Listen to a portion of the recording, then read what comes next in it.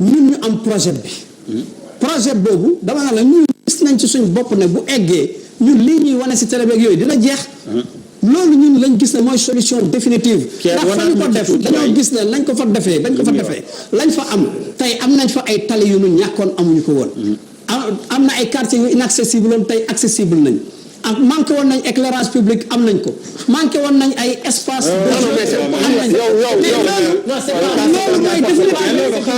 loolu mooy un peu de respect maanaam un peu de respect li may wax dafa am soo ko weddee da ngay ñëw ñu am malal li may wax da ngay ñëw nga discuter li may wax c'est vrai c'est vrai y a 20 quartiers aujourd'hui qui sont au niveau de la commune yow li nga bëgg du ma ko wax parce que yow la nga engagé nga bëgg ma wax li ngay wax c'est pas vrai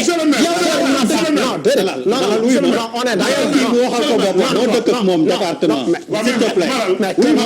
Kër Massar Malal yow li ngay wax xamoo si dara Kër Massar dama ko xam Malal Kër Massar c'est pas tout simplement Kër Massar c'est 25 kilomètres carrés au moins wax nga ñetti yoon non pas mal yaa dëkk ak moom non on est pas en train de dire yow tu connais pas Kër Massar mais quel est le lien Kër Massar mais yaa mën a wax la yaa mën a wax man xawma Kër Massar ñaata quartier ñoo am Kër Massar yan nga may wax xawma Kër Massar da ngay yow mën nga ma gën a xam Kër Massar non mënuma la ko gën a xam voilà monsieur le maire xoolal imagine sa bopp yow nit ñaa ngi jël gaal xoolal il a raison alors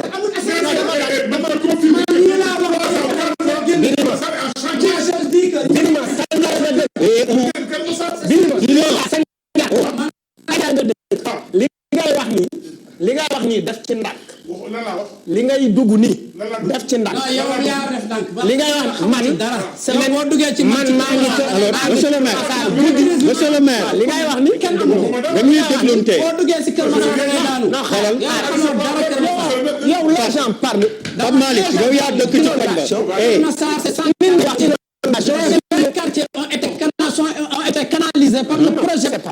plaît monsieur le maire ces 20 quartiers là inondé wuñu mais bi xoolal waaw 20 quartiers sur ñaata sur 100 ñaata nga wax quand même 20 quartiers sur oui 140 20 sur 140 mais c'est la première fois que s'il te plaît Pape Malick yow yaa dëkk ak moom s'il te plaît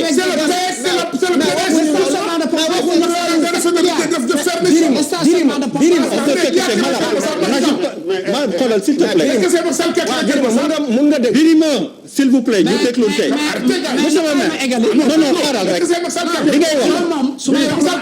mu sab dagg ma yuuxu nga jox parole bi keneen il va continuer comme ça donc s'il te plaît on le laisse terminer keneen mën a wax